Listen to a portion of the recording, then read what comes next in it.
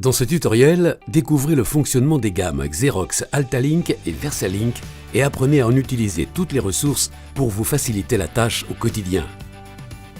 Bien qu'étant différentes sur le plan de la puissance ou encore de la qualité graphique, ces deux gammes de multifonctions répondent à la même logique en matière d'utilisation et d'ergonomie. Le chargeur de documents. Situé sur le dessus du matériel, le chargeur de documents permet de scanner ou copier plusieurs feuilles à la suite jusqu'à la hauteur indiquée. Les capteurs installés détecteront automatiquement le format proposé, A4 ou A3. Attention toutefois à ne pas créer de confusion au niveau des capteurs, ce qui pourrait provoquer un bourrage papier. Dans un pareil cas, la molette située sous le capot du chargeur vous permettra de dégager les documents. La vitre. La vitre effectuera les mêmes tâches que le chargeur de documents pour des supports que ce dernier ne pourrait pas exploiter, tels que des livres ou des documents reliés. Une flèche située dans le coin supérieur gauche vous indiquera d'ailleurs de les caler à cet endroit. Le circuit papier. En cas de bourrage papier, une animation vous indiquera à quel niveau du circuit d'entraînement l'incident a eu lieu et quel mécanisme utiliser pour extraire les documents coincés.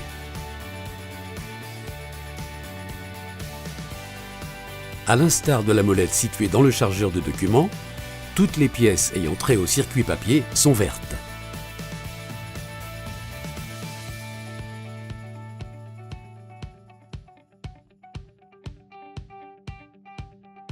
Les magasins. Les deux premiers magasins peuvent contenir une ramette de papier chacun, soit 500 feuilles, au format A3 ou A4.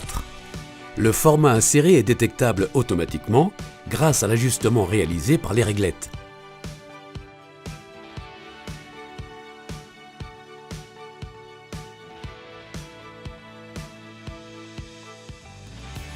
Le grammage et le type de papier devront être systématiquement validés à l'écran une fois le tiroir refermé.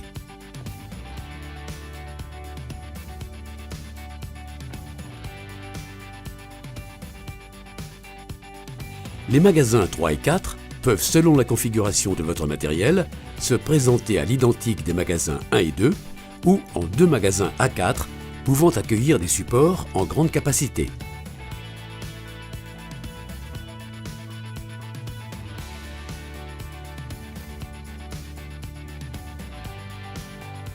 Enfin, le magasin 5, aussi appelé bypass, correspond à l'alimentation manuelle. Il permet l'usage de papiers spécifiques sans désorganiser les configurations des autres magasins. Par exemple, si l'on souhaite imprimer sur des étiquettes, il faut positionner ces supports sur le bypass et ajuster les réglettes. Ces dernières accompagnent le passage des supports dans le multifonction, mais ne détectent pas ces caractéristiques qu'il faut configurer puis valider sur l'interface tactile.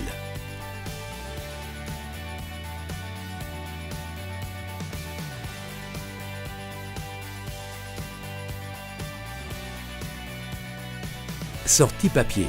La sortie papier est paramétrable en fonction de la nature des travaux, copie, fax ou impression, et peut s'effectuer en plusieurs endroits. Au centre du multifonction, ou à droite si vous possédez un module de finition. Sur les matériels de la gamme Altalink, la sortie papier peut également s'effectuer à gauche au-dessus de l'alimentation manuelle.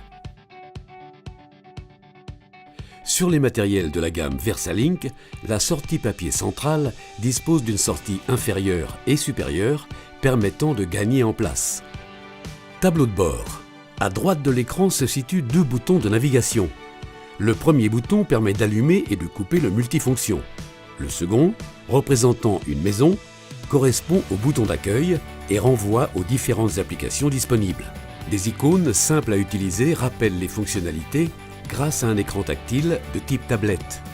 L'utilisateur peut naviguer très simplement sur cet écran, comme il le ferait sur une tablette ou un smartphone. Ainsi, il peut sélectionner du bout des doigts les tâches qu'il souhaite effectuer.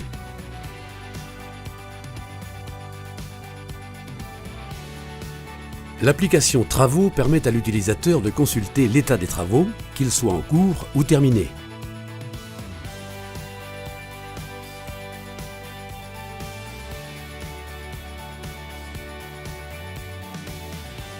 L'application Périphérique fournit les informations essentielles sur le matériel, numéro de série, message d'alerte éventuel, pour signaler par exemple qu'un magasin est vide, compteur des impressions noir et blanc et couleur, et niveau des consommables.